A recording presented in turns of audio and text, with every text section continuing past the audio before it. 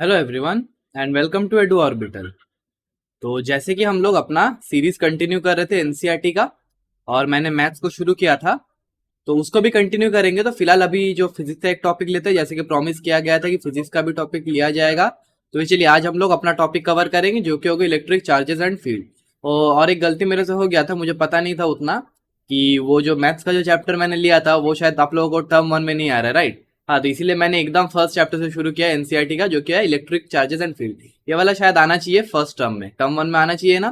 तो चलिए क्या क्या कवर करेंगे ये वाला वीडियो में। तो ये वीडियो में हम लोग एनसीईआरटी को सॉल्व नहीं करेंगे। ये वीडियो जैसे कि मैंने पहले स्टार्टिंग वीडियोस, क्या होता है हमारा स्टार्टिंग वीडियोस होता है, हम लोग कॉन्सेप्ट को बिल्ड करेंगे थोड़ा बहुत जितना होता है रिवीजन पॉइंट ऑफ व्यू से। आप लोग देख सकते हो ये वीडियो को। देखिए, बेसिक कॉन्सेप्ट्स लेंगे, थोड़ा रिवीजन लेंगे, और जो की कॉन्सेप्ट्स होता है वो की कॉन्सेप्ट भी लेंगे यही वीडियो पे। चलिए शुरू करते हैं, ठीक है। अब देखिए, पहले तो इलेक्ट्रिक चार्जेस एंड फील्ड है, तो फिर जान लेते हैं चार्ज क्या होता है। तो चार्ज कोई भी एक एंटिटी होता है, वो सब क्वेश्चन में आएगा नहीं, तो वो सब मतलब देखो, ये डिटेल्ड क्लास तो है नहीं, ये डिटेल्ड लेक्चर है, सब तुम लोगों को मिल जाएगा, वैसे नहीं है। जितना जरूरी जरूरी पॉइंट्स है वो सब मैं कवर करूंगा। तो चलिए देखते हैं प्रॉपर्टीज ऑफ चार्ज। ठीक है, प्रॉपर्टीज ऑफ चार्ज में क्या आता है? सबसे पहले एडिटिविटी ऑफ चार्जेस। देखिए, एडिटिविटी ऑफ चार्जेस को कैसे समझेंगे। मान लो एक ऐसा बोरा है तुम्हारे पास, ठीक है, ये ऐसा बोरा है, अलादीन वाला। ये अलादीन वाला बोरा है तुम्हारे पास, ठीक है, ये वाला कुछ कवर किया हुआ ये बोरा। अब मान लो इसके अंदर चार्जेस है, सपोज Q1 Q2 ऐसे अप टू Qn तक तुम्हारे पास यहाँ चार्जेस है। अब मैं अगर तुमसे पूछूं कि बताओ टोटल अमाउंट ऑफ चार्ज कितना है, तो तुम कैसे बताओगे? तुम डायरेक्ट बता सकते हो कि टोटल अमाउंट ऑफ चार्ज जो होगा वो होगा Q1 plus Q2 plus and so on up to Qn। और इसी को हम लोग कहते हैं एडिटिविटी ऑफ चार्जेस। अब देखिए, एक चीज आप लोगों को ध्यान में रखना है कि मान लीजिए कोई भी Q2, मान लीजिए ये नेगेटिव हुआ, ये मान लीजिए नेगेटिव हुआ, तो फिर ये क्या होगा यहाँ पे? यहाँ पे देखिए जो होगा वो होगा Q1 प्लस ये हम लोग साइन के साथ लेंगे, माइनस ऑफ Q2 लेंगे। बोल भाई, समझ में आता है? एंड बाकी सबको हम लोग क्या करेंगे, मैं बताने चाह रहा हूँ कि सबको हम लोग साइन के साथ लेंगे। ये हो गया एडिटिविटी ऑफ चार्जेस। अब आता है कंजर्वेशन ऑफ चार्ज। अब कंजर्वेशन ऑफ चार्ज क्या होता है कि जैसे कि कंजर्वेशन ऑफ एनर्जी तुम लोगों ने पढ़ा था, क्या होता है? Energy can neither be created nor be destroyed. वैसे चार्ज को तुम बना भी नहीं सकते, उसको तोड़ भी नहीं सकते। चार्ज अपने आप में एक एंटिटी है। Charge can neither be created nor be destroyed. एक एग्जांपल लेता है, जैसे कि मान लो तुमने वो एक्सपेरिमेंट पढ़ा था ना कि सिल्क थ्रेड को घिसते हैं तो एक पॉजिटिव चार्ज होता है, एक नेगेटिव चार्ज हो जाता है, पढ़ा है ना? तो फिर वो एक्चुअली क्या होता है, मान लो कोई भी चीज को हम लोग रब कर रहे हैं, ये वाला सरफेस और ये वाला सरफेस को रब कर रहे हैं, ठीक है, ये एक सरफेस है और ये एक सरफेस है, दोनों को रब कर रहा है। मान लो इसमें पॉजिटिव चार्ज आ रहा है, तो तुम लोग बोलोगे मैंने तो चार्ज क्रिएट कर दिया यार, मेरे पास पॉजिटिव चार्ज आ गया। लेकिन भाई तुमने एक चीज भूल गया कि अगर ये पॉजिटिवली चार्ज हो रहा है तो ऑपोजिट जो चीज है वो नेगेटिवली चार्ज होता है ना। हाँ, तो फिर होता क्या है, देखो मेनली यहाँ पे जो होता होगा वो यहां से इलेक्ट्रॉन का ट्रांसफर इधर होता होगा, इलेक्ट्रॉन का ट्रांसफर होता होगा। लेकिन चार्ज हम लोग बना रहे हैं, इलेक्ट्रॉन्स तो बॉडी में रहता ही है, प्रोटॉन्स इलेक्ट्रॉन्स न्यूट्रॉन्स रहता है ना एटम में, तो इलेक्ट्रॉन्स का ट्रांसफर हुआ होगा तब जाके ये क्या हो जाएगा, ये हमारा नेगेटिवली चार्ज हो गया होगा। और ये जो चीज है हमारा, इसमें इलेक्ट्रॉन डेफिशिएंट हो जाएगा ना, ये इलेक्ट्रॉन डेफिशिएंट हो जाएगा। अगर ये इलेक्ट्रॉन डेफिशिएंट हो जाएगा तो फिर ये पॉजिटिवली चार्ज हो जाएगा। तो फिर हमने चार्ज को क्रिएट नहीं किया है, चार्ज अपने में क्या किया, थोड़ा इधर उधर शफल कर गया, और क्या हो गया, एक पॉजिटिव हो गया एक नेगेटिव हो गया, और हम लोग क्या बोल रहे हैं, हमने चार्ज क्रिएट किया, ऐसा बात नहीं है। तो फिर कंजर्वेशन ऑफ चार्ज, ज्यादा बात नहीं करेंगे, कंजर्वेशन ऑफ चार्ज ये हो गया। अब आते हैं क्वांटाइजेशन ऑफ चार्ज। ये वाला थोड़ा इंपॉर्टेंट पॉइंट है, क्वांटाइजेशन ऑफ चार्ज। इससे क्वेश्चन आ भी सकता है, नहीं भी आ सकता है, लेकिन ये थोड़ा अच्छा कॉन्सेप्ट है। अब मान लो सब कुछ भूल जाओ और मैं बोलूं कि मान लो दुनिया में से सब नोट और सब कॉइन सब खत्म हो जाता है, और बस एक ही तुम्हारे पास बचता है, वो होता है रुपी एक का नोट, भाई एक का कॉइन बचता है, 1 रुपया का कॉइन ही बस बचा। मान लो तुम्हारे पास 1 रुपए का ही कॉइन बचा, बाकी सब नष्ट हो गया। 1,000 का नोट खत्म हो गया, वो तो पहले खत्म हो गया, वो कमाल है हमारे, छोड़ो फिर। हाँ, और एक जो है 2,000 का नोट, मान लो वो भी सब खत्म हो गया, ठीक है। और मान लो हमारे गवर्नमेंट में कुछ ऐसा किया कि भाई इतना इतना कुछ हो रहा है, हम तो करेंगे क्या, हम बस 1 रुपया का कॉइन या फिर 1 रुपया का नोट हम लोग के पास बस रहेगा, बस 1 रुपया का कॉइन है। अब मान लो कहीं पे तुमको 500 रुपीज पे करना है, मान लो कहीं पे 500 रुपीज पे करना है, तुम कैसे पे करोगे? तुम्हारे पास तो 500 का नोट है नहीं, है ना? तुम क्या करोगे, 1 रुपया का कॉइन कितना को लोगे, 500 को लोगे ना, 500 लोगे, फिर तुम्हारे पास इवेंचुअली क्या हो जाएगा, 500 रुपीज हो जाएगा ना। हाँ, अगर मान लो बेसिक से बेसिक यूनिट, तो फिर हम लोग क्या बोल सकते हैं कि ये जो हमारा हो रहा है ये हमारा एकदम बेसिक यूनिट हो रहा है। बेसिक से बेसिक यूनिट कौन सा हो रहा है, हमारे पास 1 रुपया, ठीक है, ये हमारा क्या हो रहा है, एकदम बेसिक यूनिट ऑफ रूपी। हम लोग बोल रहे हैं नहीं ये बेसिक है, इससे नीचे कुछ है नहीं, इससे ऊपर कुछ है नहीं, है तो बस यही एक है, ठीक है। अब मान लो कहीं पे तुमको 1,000 रुपया का पे करना पड़ा, कहीं पे तुम जा रहे हो, एक डोमिनोज का पिज्जा लिए लार्ज साइज का, हाँ हो गया तुम्हारा 1000 रुपया। और तुम 1000 रुपया कैसे पे करोगे, तुम 1 रुपया का कॉइन लोगे और कितना को लोगे, 1000 को, ठीक है, ऐसे करके पे करोगे। 1-2 लाख का छोड़ देते हैं, वो तो छोड़ ही दो, तुमको फिर बैग वैग लेके जाना पड़ेगा, कॉइन्स एकदम पूरा भरा हुआ, ठीक है। तो फिर मैं जो बताने चाह रहा हूँ कि बेसिक यूनिट क्या है तुम्हारा 1 रुपी। तो मैं क्या बोल रहा हूँ कि मान लो तुमको n रुपी पे करना है, तो तुम क्या कर रहे हो, n×1, इतना को कॉइन्स लगेगा ना तुमको। अब वही होता है क्वांटाइजेशन ऑफ चार्ज। चार्ज भी क्या होता है, चार्ज का जो फंडामेंटल क्वांटिटी होता है वो होता है तुम्हारा ई, ठीक है। अब इलेक्ट्रॉन मतलब ई क्या होता है, इलेक्ट्रॉन जो होता है 1.6, मतलब इलेक्ट्रॉन का यूनिट 1.6 इंटू 10⁻⁻19 कूलम, यही होता है वैल्यू, यही तुम्हारा है फंडामेंटल यूनिट ऑफ चार्ज। अब इससे क्या होता है कि मान लो तुम्हारे पास कोई प्रोटॉन रहा तो उसका चार्ज प्लस में रहेगा, और कोई नेगेटिव में रहा उसका माइनस ही रहेगा, माइनस ही रहेगा। ये इलेक्ट्रॉन में रहेगा, ये प्रोटॉन में रहेगा, लेकिन रहेगा तुम्हारा यही दो ठो क्वांटिटीज। अब मान लो तुमको +10 कूलम बनाना है, तो तुमको क्या करना होगा, तुमको कोई n अमाउंट ऑफ लेना होगा, n को तुमको ये वाला यूनिट लेना होगा और उसको e के साथ मल्टीप्लाई करना पड़ेगा, है ना, क्योंकि तुम्हारे पास ये 1 रुपया कॉइन है हमारा, ये हमारा ₹1 का कॉइन है, ठीक है। ये हमारा ₹1 का अगर कॉइन हो गया तो फिर ये जो रहेगा इतना को लेना पड़ेगा, तब जाके 10 कूलम बनेगा ना।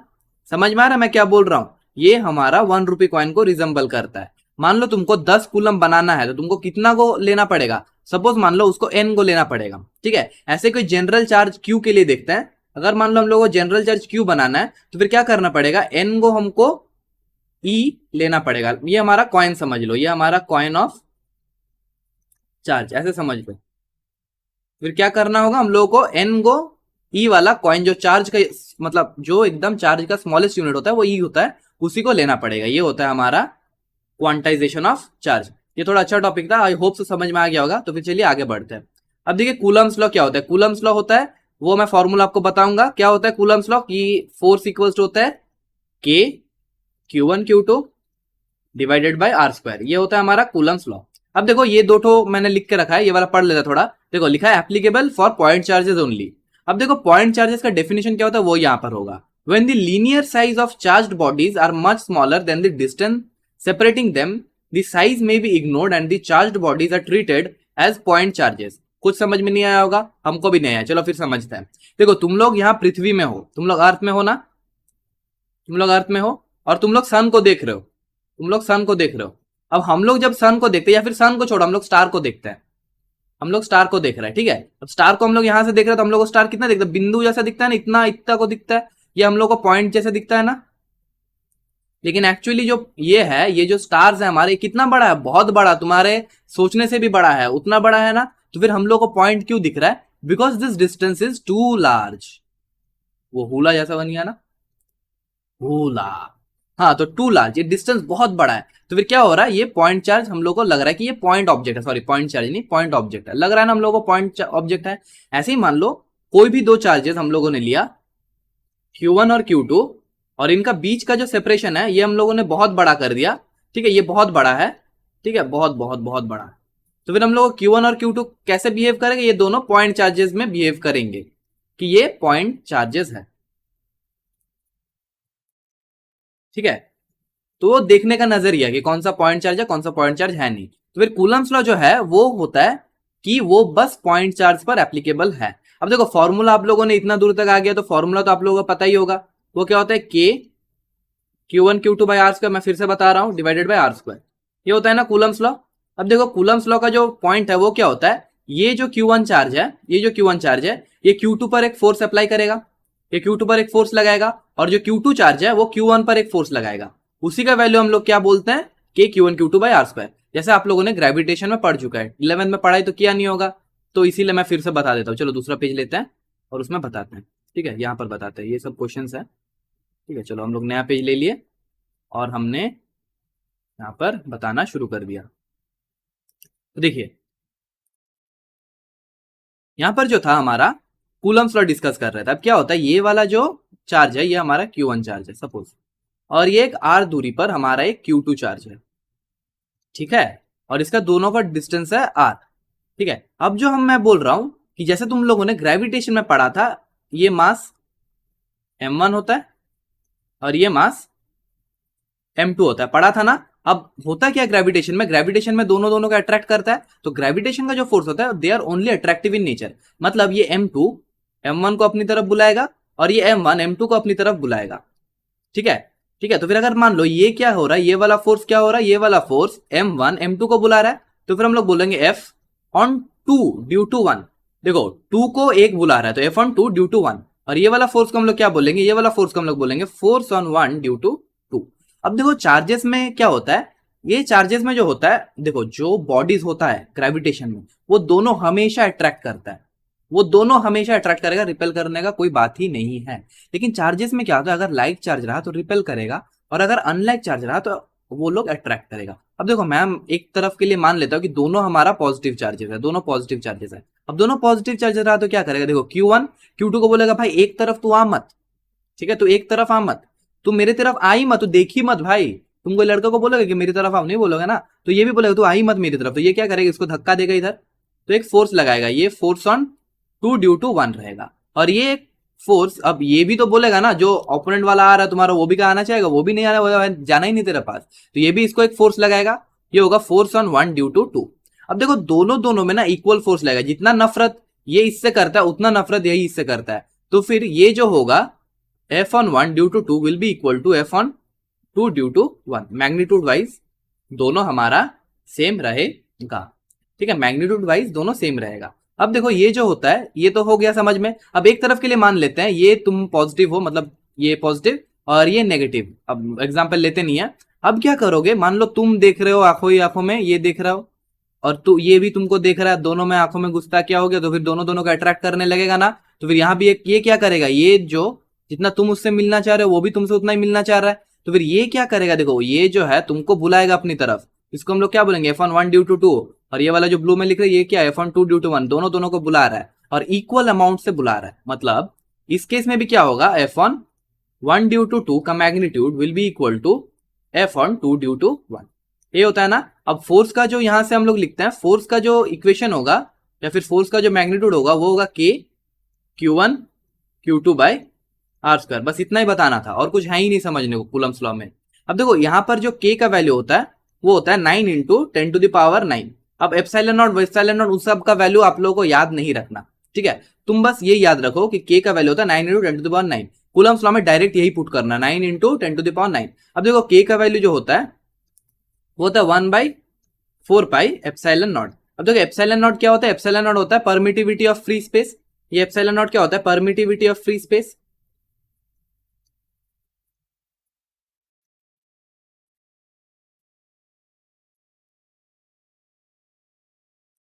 अब ये क्या होता है, हम देखो ये चीज समझने के लिए एक स्टोरी समझते हैं, ठीक है। मान लो ये एक एरिया है, ठीक है। अब मान लो यहाँ का एक राजा है, ये किंग है और इसका बहुत प्रजा है, ये मीडियम का बहुत प्रजा है, ये उसका क्या है, ये उसका सिपाही।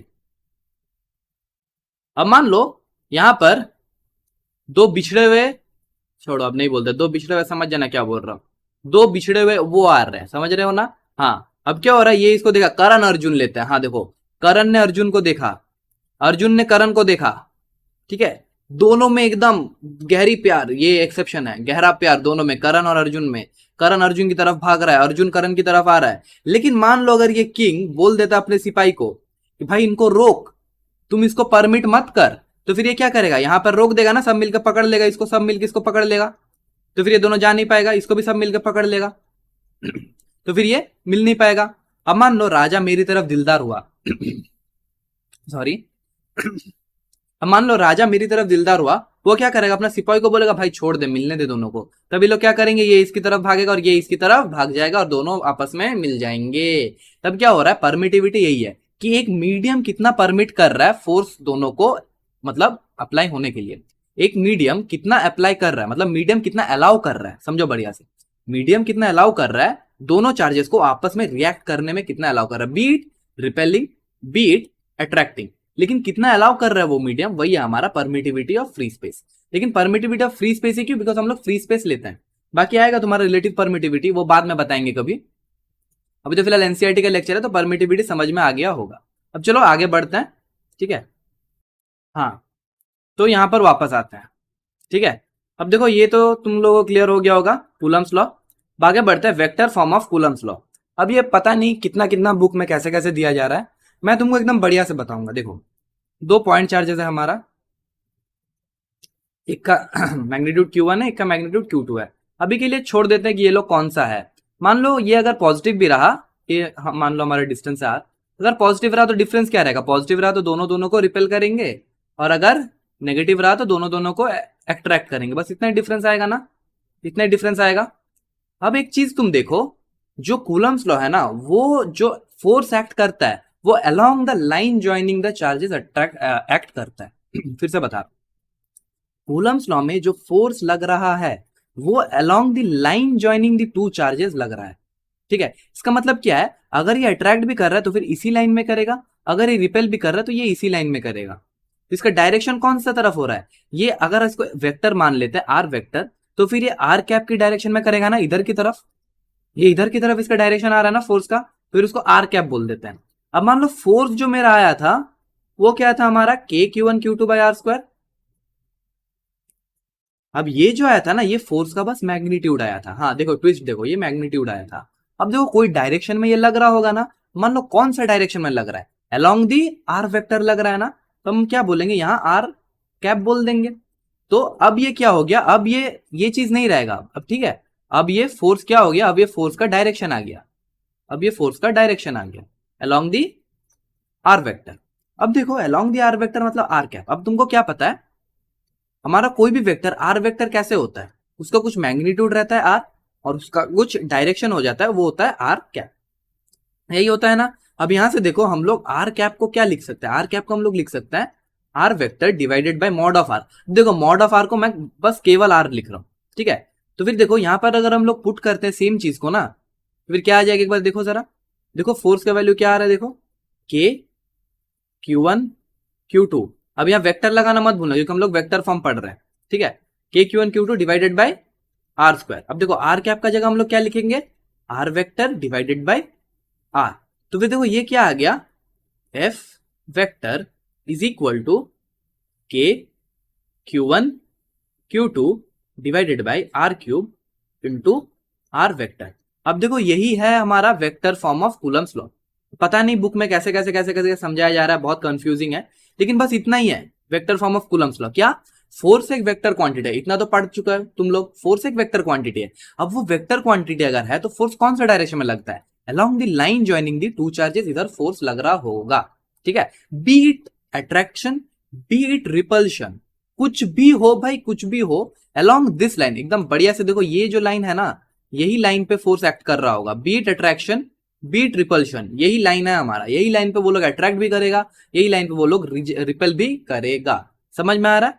तो डायरेक्शन कौन सा लेंगे हम लोग, आर कैप का डायरेक्शन लेंगे। आर कैप क्यों ले रहे हैं, क्योंकि हम लोगों का ये डिस्टेंस को अगर हम लोग आर वेक्टर से डिनोट करते हैं, आर वेक्टर मतलब पोजीशन वेक्टर आर वेक्टर बोलते हैं, तो फिर डायरेक्शन कौन सा होगा। मैं मान लो तुमको बोलू तू जा, ठीक है, कहां जाओगे तुम लोग, मैं अगर बोलूँ कि तुम उधर जाओ जहां 10 आदमी लोग जा रहा है, या फिर जहां राम श्याम घन श्याम वो लोग जा रहा है, उधर जाओ, तो तुम जा पाओगे। मैं बोल दिया कि कोई एक पर्टिकुलर डायरेक्शन में जाओ, तुम जा पाओगे ना। सिमिलरली ये मान लो आर वेक्टर है, ठीक है, मैं बोला कि कौन सा डायरेक्शन में लग रहा है, तो जिधर आर वेक्टर है उसी डायरेक्शन में लग रहा होगा, इसीलिए मैं ले रहा हूं आर कैप। समझ में आ गया। देखो ये वाला पार्ट क्लियर हो गया होगा तुमको, vector form of Coulomb's law कैसे हम लोग लिखते हैं। अब बात है फोर्स बिटवीन मल्टीपल चार्जेस। देखो फोर्स बिटवीन मल्टीपल चार्जेस बहुत लोग इसको सुपरपोजिशन प्रिंसिपल बोलते हैं, ठीक है। कुछ नहीं है चीज, कुछ नहीं है, नाम में बहुत हाई फाई चीज है कि सुपरपोजिशन प्रिंसिपल ये वो, बहुत कुछ, लेकिन मेन बात देखो क्या होता है।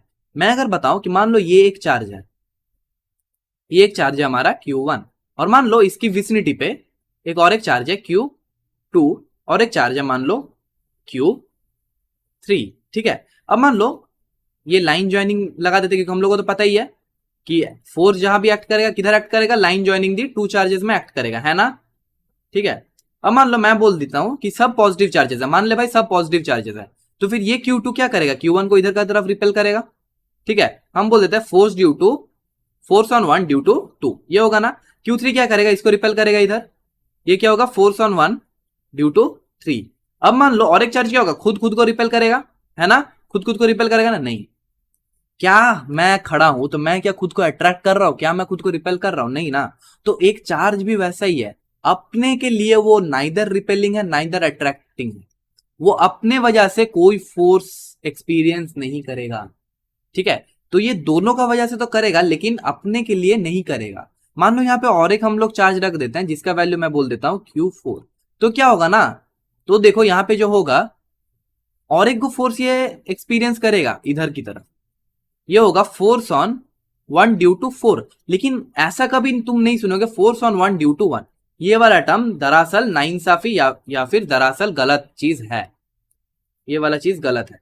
ठीक है, एक चार्ज अपने ऊपर अपने वजह से कोई भी फोर्स एक्सपीरियंस नहीं करेगा, B it attracting B it repelling नहीं करेगा। यहां पर मोटिवेशन नहीं चलेगा कि खुद से प्यार करो, नहीं चलेगा भाई, नहीं चलेगा। ठीक है, समझ में आ गया? ये होता है फोर्स बिटवीन मल्टीपल चार्जेस। अब देखो स्पीड पकड़ रहे ना थोड़ा थोड़ा, अब आगे बढ़ते हैं। इलेक्ट्रिक फील्ड, अब देखो ये सब देखो डेफिनेशन पढ़ लेते हैं, ये सब मैं लिख के लाया हूं, डेफिनेशन पढ़ लो। Region around which the effect of a charge can be felt is known as electric field. अब एक चार्ज का इफेक्ट जितना एरिया में होगा ये इलेक्ट्रिक फील्ड है। समझ में नहीं आया होगा, और एक बार पढ़ते हैं। Charge q produces an electric field everywhere in the surroundings. When another q is brought at some point with the fields there acts on it and produces a force. थोड़ा फंबल करेगा, कोई बात नहीं। अब एक बात देखो, कुछ नहीं, ये सब चीजें अभी मत देखो, ये सब तुमको जब मैं पीडीएफ प्रोवाइड करूंगा, क्योंकि तुम लोग तो बता नहीं रहे हो कि लगेगा कि नहीं, मैं प्रोवाइड कर दूंगा। अब मैं ट्राई कर रहा हूँ कि ये सबको प्रोवाइड किया जाए, बहुत जल्द करूंगा। ठीक है, एकदम बढ़िया से सुनो, ये सब खुद से पढ़ लेना या फिर स्क्रीनशॉट ले लेना, पढ़ लेना। मैं जो बता रहा हूं कॉन्सेप्ट को समझो। देखो ये एक चार्ज था ना हमारा, और ये एक चार्ज था हमारा, दोनों चार्जेस मेरा था, एक Q1 था एक Q2 था। ठीक है, हाँ ठीक है, मान लो ये स्ट्रेट लाइन है। अब देखो Q1 के वजह से दोनों को पॉजिटिव चार्ज मानते हैं। ठीक है, अभी के लिए कोई एक्सेप्शन नहीं लेंगे, सब पॉजिटिव चार्जेस है। ये इधर की तरफ रिपेल हो रहा होगा along the direction of are.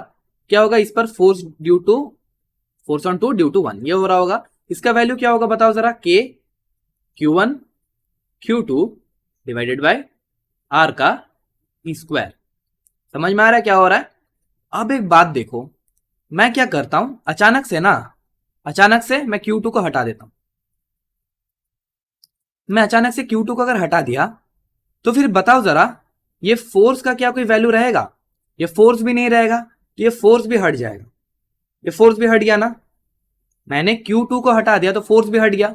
अब मान लो मैं फिर से Q2 को रख देता हूं, तो फिर से फोर्स आ जा रहा है। ये कुछ ऐसा नहीं लग रहा, कुछ जादुई तरफ नहीं हो रहा।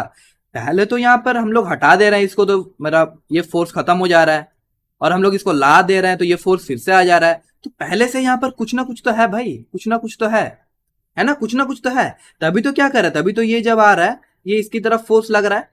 समझ रहे हो मेरी बात? अब देखो ये वही हो रहा है, ये है इलेक्ट्रिक फील्ड। अब हम लोग इसको बढ़िया से समझते हैं। मैं क्या कर रहा हूं, इसको Q1 नाम ना देके इसको मैं कैपिटल Q नाम देता हूं, और मैं क्या करता हूं, इसको कील ठोक देते हैं। कील ठोकना पता है ना, कील से एकदम ठक ठक करके एकदम इसको लगा दिया यहाँ पे। अब ये यहाँ पर फिक्स्ड हो गया। अब मैं क्या कर रहा हूं, ये चार्ज को जब मैं ला रहा हूं, सपोज ये मान लो Q चार्ज है, तो फिर ये फोर्स क्या एक्सपीरियंस कर रहा है, K Q divided by r square by Coulomb's law. अब मान लो मैं क्या कर रहा हूं, इसको Q1 कर देते हैं, चार्ज को चेंज कर दिए, तो फिर ये फोर्स भी क्या हो गया, चेंज हो गया ना। तो फिर देखो फोर्स का वैल्यू फिर क्या आ गया, KQ,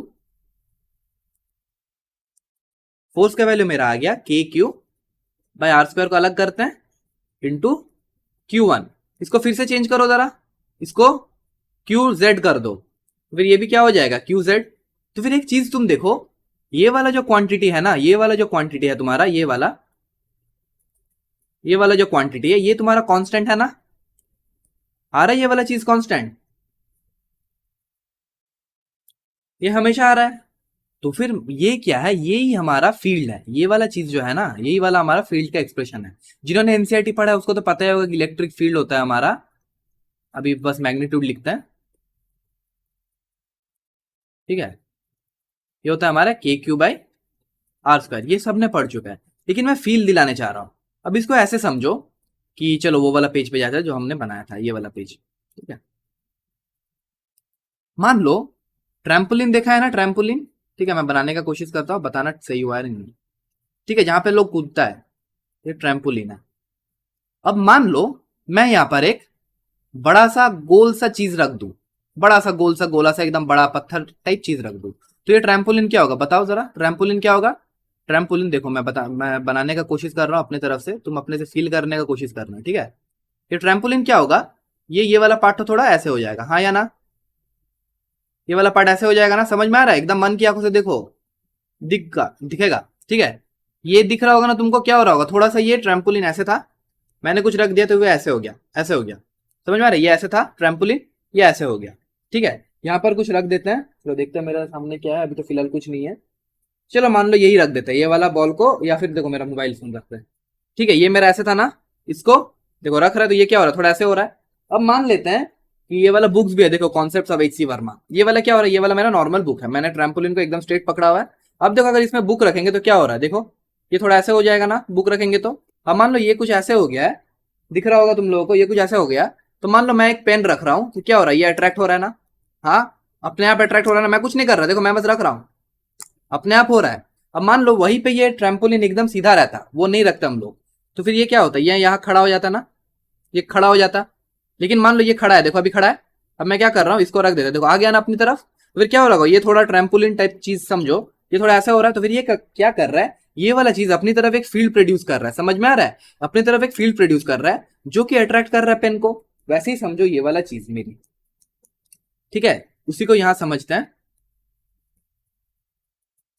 ठीक है, यहाँ पे भी क्या हो रहा है, जो हम लोग चार्ज को रख रहे थे, ठीक है, मान लो एक चार्ज मेरा यहां पर है प्लस क्यू, ये भी क्या कर रहा होगा, अपनी तरफ एक फील्ड प्रोड्यूस कर रहा होगा, जो कि कोई भी कोई भी अगर हम लोग चार्ज को ला रहे हैं क्यू या फिर Q1, तो ये लोग एक फोर्स एक्सपीरियंस कर रहे हैं। अब इसको जितना इधर बढ़ाते जाएंगे, फोर्स का वैल्यू बढ़ता जाएगा, मतलब क्या, इलेक्ट्रिक फील्ड का इंटेंसिटी भी बढ़ता जाएगा। तो फिर देखो इलेक्ट्रिक फील्ड का इंटेंसिटी मैं 3-4 पॉइंट लिखता हूं।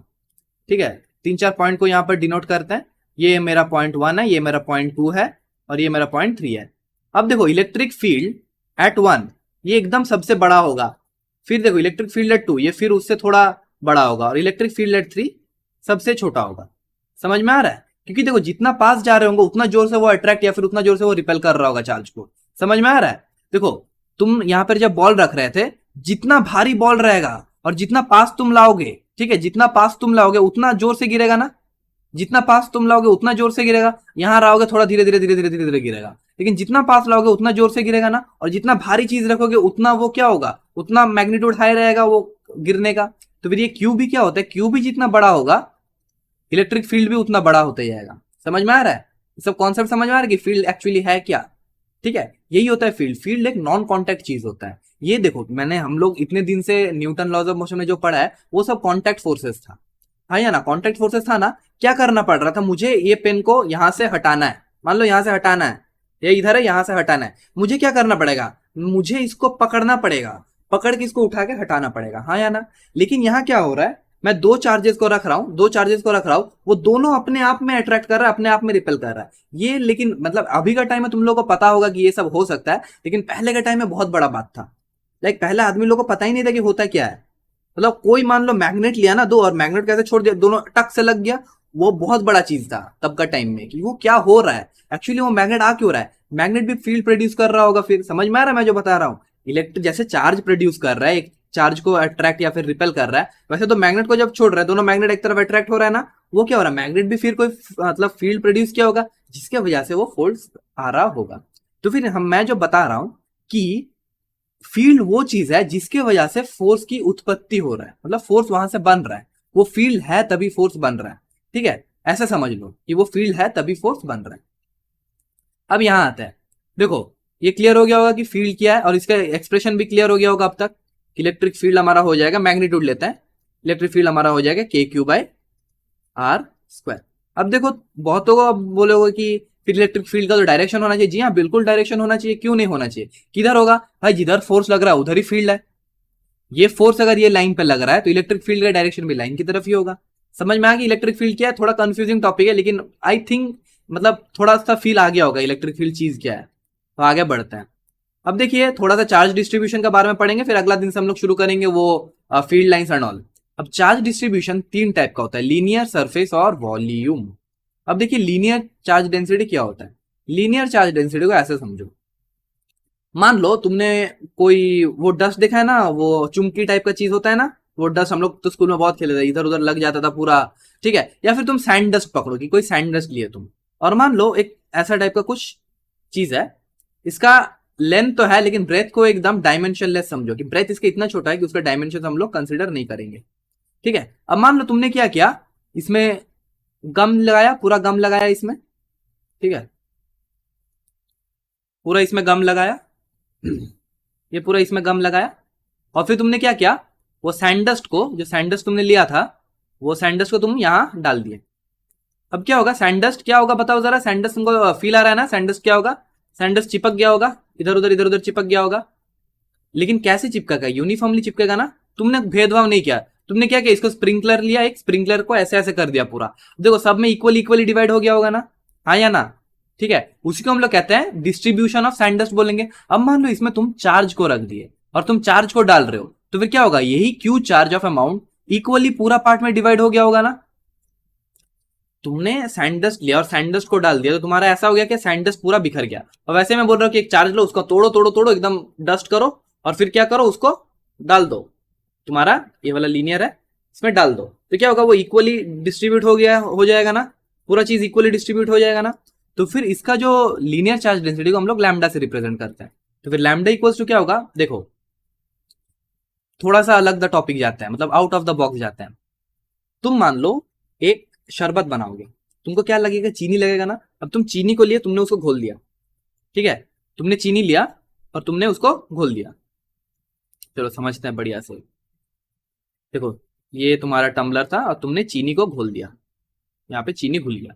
अब मैं बोलूं कि तुम यहां से एक ऐसा पार्ट उठाओ और इसको निकालो बाहर, इसको निकालो बाहर।